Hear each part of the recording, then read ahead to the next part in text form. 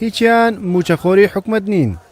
بڕیاری لابرنی پاشەکەوتی موچەش نایانگرێتەوە، بەڵام کارەکەیان پەیوەستە بە گیرفانی هاوڵاتیان و موچەخۆرانەوە، چونکە ئەگەر گیرفانی موچەخۆران گەرم بێت شمەک و کاڵەکانی ئەوانیش ئاسانتر ساغ دەبێتەوە و داهاتی ڕۆژانەیان زیاد دەکات.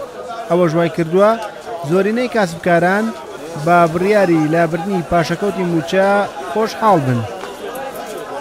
بڕیارێکی زۆر چاک بوو، دەستخۆشی لە حکوومەت تێرێمەکەین بۆ بڕیاری دەری کردو و ئیشەڵا بێتە هۆی بژانەوەی بازار و ئەوەیە کە داهاتێکی زۆر و پارێگێتە ناو بازارەوە و جوڵێکەکەوێتە بازارەوە.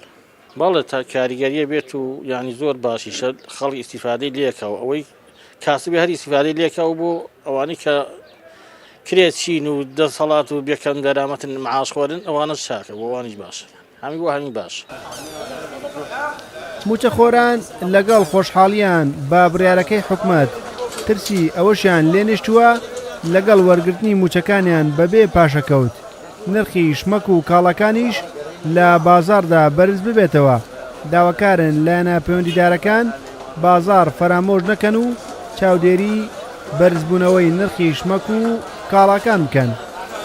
لێرەوە ئەبێت چاوێک بەوە بخشێنن کە سعری بازار گۆرانکاری پیانێت، چونکە لەگەڵ ئەوەیە کە موچە زیاکات لە هەموو کاتێکا سعری بازار گۆڕانکاری پیاێت و ئەبێ لەو کاتەیە حکومەت چاوێک بۆیە بخشێنێتەوە، نەیەڵێت گۆڕانکاری بەسەر سعرەکانی بازار بێت بۆی بتوانێت خەڵک ئیسفادەیەکی لێ بکات زیاتر خزمەت پێشکەشکە. وەڵای سوودی زۆری هەیە، تەبعەن ئەگەر موچەکەم زیابێ لە بازارڕەش زیاتر ئەکڕم، پێداویستی ماڵ زیاتر ئەکڕم.